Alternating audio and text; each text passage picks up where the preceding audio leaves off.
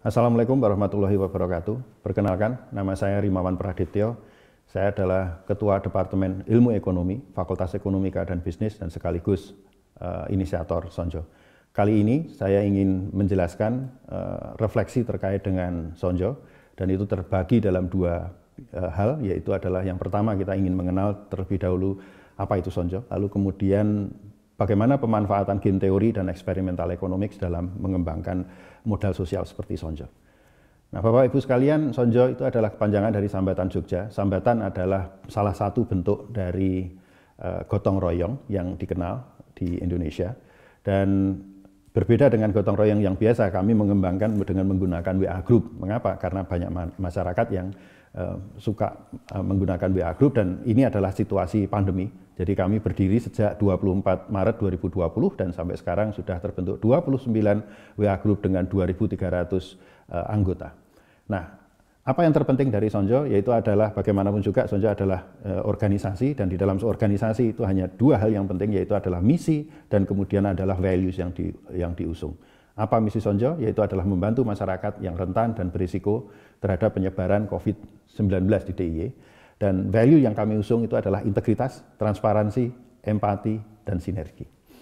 Nah, kalau kita lihat di sini ada 29 WA Group tadi seperti yang saya sudah jelaskan, dan ada 22 WA Group internal Sonjo, dan ada 7 WA Group yang itu merupakan WA Group gabungan antara Sonjo dengan rekan-rekan lain di daerah lain. Jadi yang ada sampai di Sulawesi Tengah, kemudian di Oku Timur, lalu di Magelang, tetangga kami, kemudian ada di Jawa Barat, dan juga di DKI Jakarta, dan juga di Bogor. Nah, ini yang menarik karena kami bisa berkembang ke daerah lain dengan menggunakan pendekatan WA Group gabungan.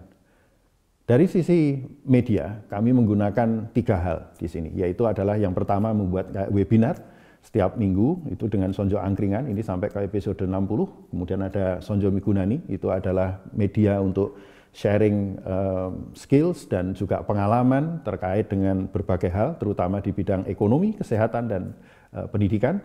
Lalu ada Sonjo Solidarity Journey yang merupakan sharing kami kepada dunia internasional. Dari sisi program, kami memiliki 7 program ekonomi sampai saat ini, macam-macam yang kami lakukan, dan utamanya adalah bagaimana berusaha untuk mentransformasi transaksi fisik ke transaksi daring. Intinya di situ, yaitu bagaimana mengembangkan perekonomian dalam situasi pandemi seperti ini. Yang kedua adalah ada program kesehatan, di sana ada 13 program kesehatan. Ini banyak yang telah kami lakukan, salah satu yang kami kembangkan itu adalah shelter, kemudian juga donor konvalesen, dan terakhir yang kami sedang lakukan saat ini itu adalah percepatan vaksinasi. Apa saja capaian yang telah kami lakukan? Ini kira-kira gambarannya adalah demikian, yaitu adalah yang pertama itu ada dari sisi aspek ekonomi, itu mentransformasi transaksi fisik ke transaksi daring, kemudian berusaha memutar roda perekonomian bagi sekitar 400 UMKM yang ada yang tergabung dalam Sonjo, baik di masa PSBB maupun masa PPKM. Kemudian memfasilitasi UKM untuk beradaptasi dan berinovasi dalam hal produksi. Dari sisi kesehatan, ini lebih banyak lagi karena kami juga membangun sistem rujukan pasien antar rumah sakit yang dengan menggunakan teknik double auction dari game teori, memfasilitasi donor konvalesen, mendukung pembangunan shelter di level desa hingga kabupaten di DIY, Kudus, Demak, Pati, Jepara, Jawa Barat, Bogor, DKI Jakarta. Lalu juga mengembangkan vaksinasi jimpitan plus, dan vaksinasi jimpitan anak-anak. Serta kami juga mengembangkan pola vaksinasi ini ke wilayah lain di Kabupaten Magelang, Oku Timur, dan Sulawesi Tengah. Nah, sekarang pertanyaannya kemudian adalah apa atau bagaimana pemanfaatan game theory dan experimental economics selama pandemi dan juga kaitannya dengan modal sosial ini. Kalau kita lihat elemen dari game itu adalah ada 4, ada nature, ada pemain, ada strategi, ada payoff. Nah, COVID itu sendiri itu adalah perubahan nature, yaitu adalah lingkungan di mana kita mengambil keputusan. Yang jadi masalah itu adalah sebelum COVID dengan pada saat COVID dan nanti pasca COVID, ini kita menghadapi nature yang berubah atau lingkungan pengambilan keputusan yang berubah. Apa yang terjadi pada COVID saat ini itu adalah common enemy sebenarnya. Karena itu terjadi di seluruh negara, sehingga dibutuhkan kemudian solusi global. Problem dengan COVID yaitu adalah di masa yang akan datang. Ini bukan lagi permasalahannya if atau jika, tetapi masalahnya adalah kapan. Jadi pandemi itu akan terjadi berulang-ulang lagi di masa yang akan datang, dan ini butuh persiapan. Pertanyaannya kemudian adalah, teori ekonomi bicara apa di sini? Nah, mari kita lihat. Di dalam teori ekonomi dijelaskan bahwa bagaimana persepsi orang berperilaku itu sangat dipengaruhi terkait dengan persepsinya tadi. Kalau persepsinya mengatakan, oh ini situasinya biasa-biasa saja, ya kita akan biasa-biasa saja, tidak ada sense of crisis. Tetapi ketika orang mengatakan, oh ini situasinya darurat, maka perilakunya akan berubah. Apa yang kami lihat selama pandemi ini, kami mengatakan bahwa COVID-19 itu adalah perang. Bukan bencana, tapi perang. Kenapa? Karena kita punya common enemy yang namanya COVID itu tadi. Dan itu sifatnya adalah seperti public good sifatnya, tapi dalam sisi negatif, yaitu non-rival dan non-excludable. Problem lain yang di sini adalah, seperti dikatakan, Ali bin Abi Thalib mengatakan, to delay is to lose. Tapi lose di sini, itu implikasinya adalah pada kematian. Lalu strategi apa yang kemudian perlu dikembangkan? Hanya ada 3, Bapak Ibu sekalian. Yang pertama adalah expect the unexpected dari sisi dampak pandemi. Yang kedua adalah thinking innovatively dari sisi alternatif solusi. Yang ketiga itu adalah memobilisasi sumber daya. Nah, sekarang pertanyaannya, apakah kita memiliki sense of crisis? Kayaknya tidak. Ini mohon maaf. Kenapa? Di negeri ini kebiasaan kita adalah lebih suka menjelaskan tentang betapa indahnya negeri ini, tapi tidak pernah menjelaskan tentang kelangkaan sumber daya. Kita selalu sering mendengarkan yang namanya tongkat kayu dan batu jadi tanaman. Apa yang membuat dampaknya apa? Kita tidak memiliki sense of crisis. Padahal sumber daya itu pasti langka. Jadi ketika manusia itu ada, maka kelangkaan sumber daya itu ada. Dan ketika kita hidup sebagai bangsa seperti ini, ada intra-generation equity dan intergeneration equity, sehingga pasti yang namanya sumber daya itu adalah pasti langka. Apa problem utama dalam penanggulangan pandemi? Itu justru menarik, yaitu adalah key performance indicator dari birokrasi yang kemudian menggunakan penyerapan anggaran. Karena orang tidak memiliki sense of crisis dengan penyerapan anggaran, karena seolah-olah dia bisa melakukan apapun, yang penting bagaimana uang itu teralokasi. Ya.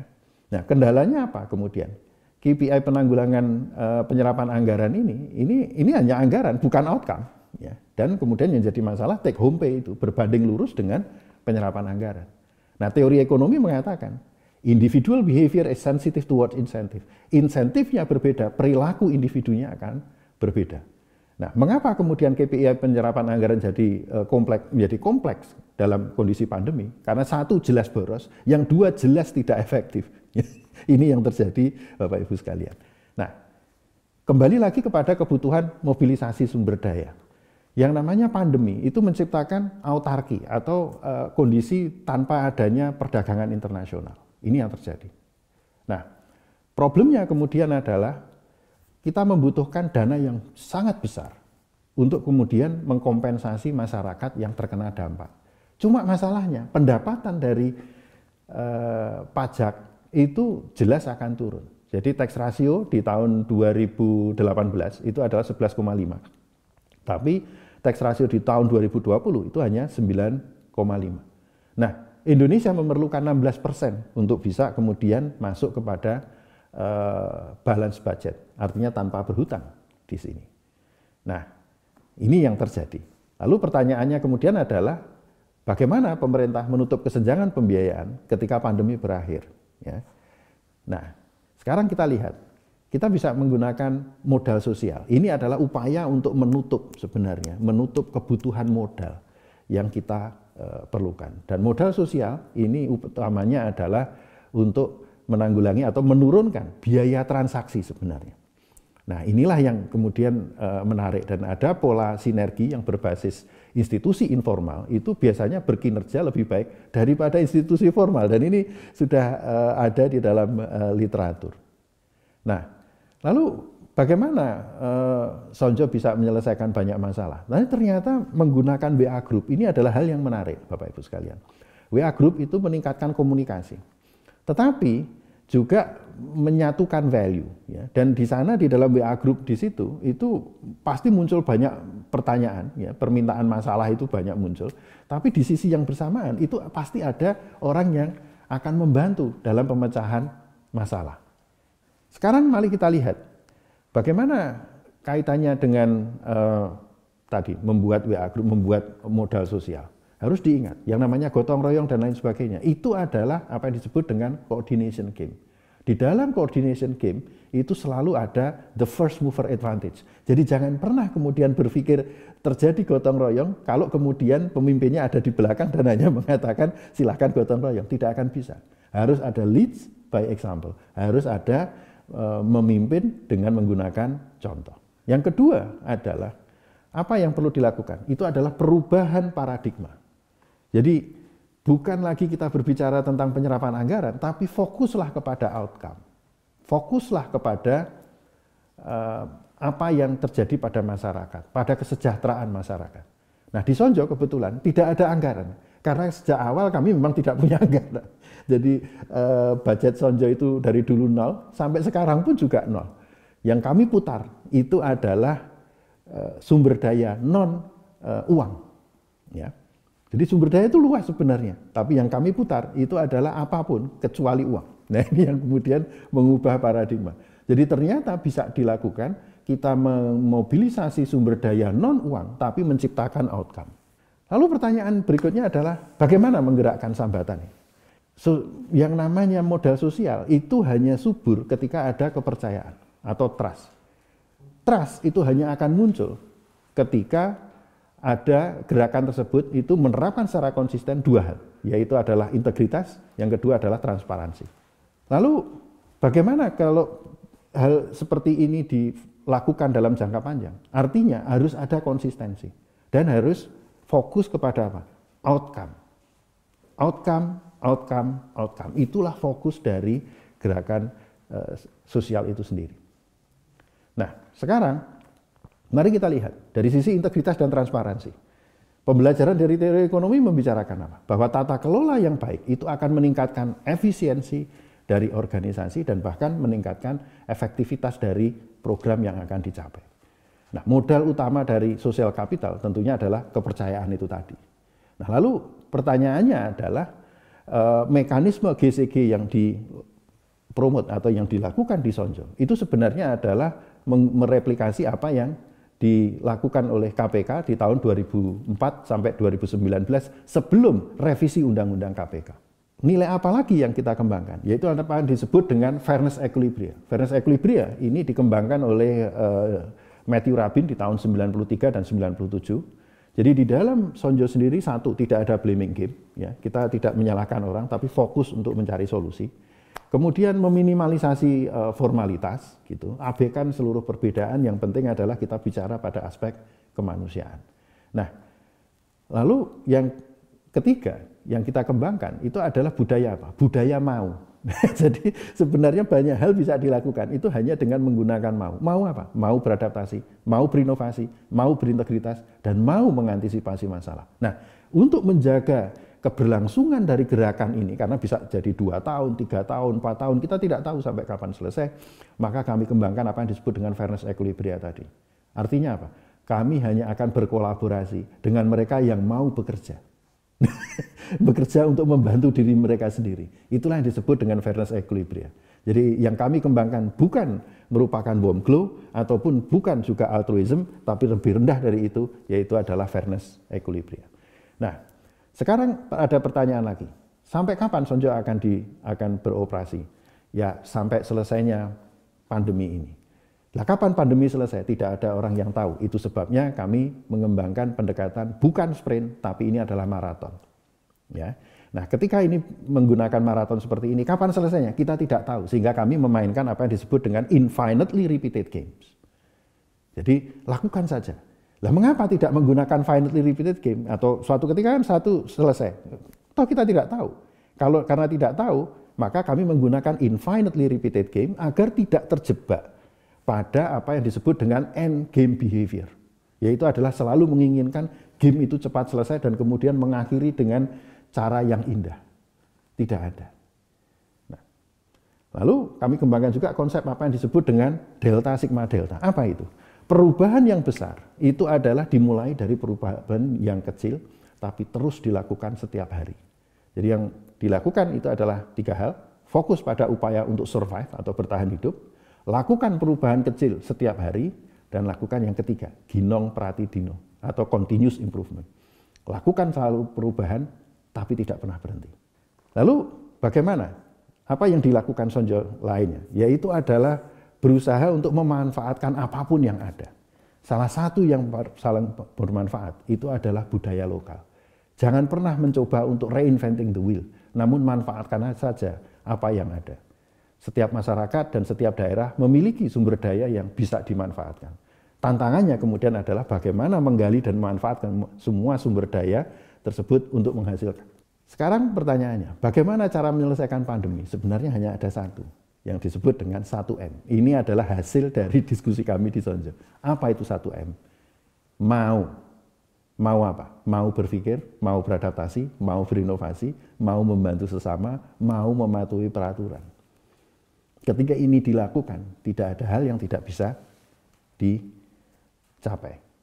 Bapak Ibu sekalian, dari Quran juga sudah dijelaskan bahwa Allah tidak akan mengubah nasib suatu kaum tanpa kaum itu mau mengubah nasibnya sendiri. Yang terakhir, apa yang kemudian perlu dikembangkan ke depan dan juga hal yang paling sebenarnya paling melelahkan dan paling menyerap energi yang sangat besar dari Sonjo, itu adalah bagaimana kita mampu mengikuti dinamika dari pandemi ini dan bahkan kemudian mengantisipasinya. Ini yang tidak mudah. Jadi antisipasi, adaptasi, dan inovasi yang tiada henti, ini yang terus dilakukan selama hampir 2 tahun ini. Dan ini benar-benar menyerap energi yang sangat besar. Jadi di awal pandemi kita baru tahu ini adalah penyakit baru. Apa kemudian senjata utamanya? Kita menggunakan sains. Ketika polanya berulang, kemudian kami menggunakan apa yang disebut dengan pattern recognition, memahami pola.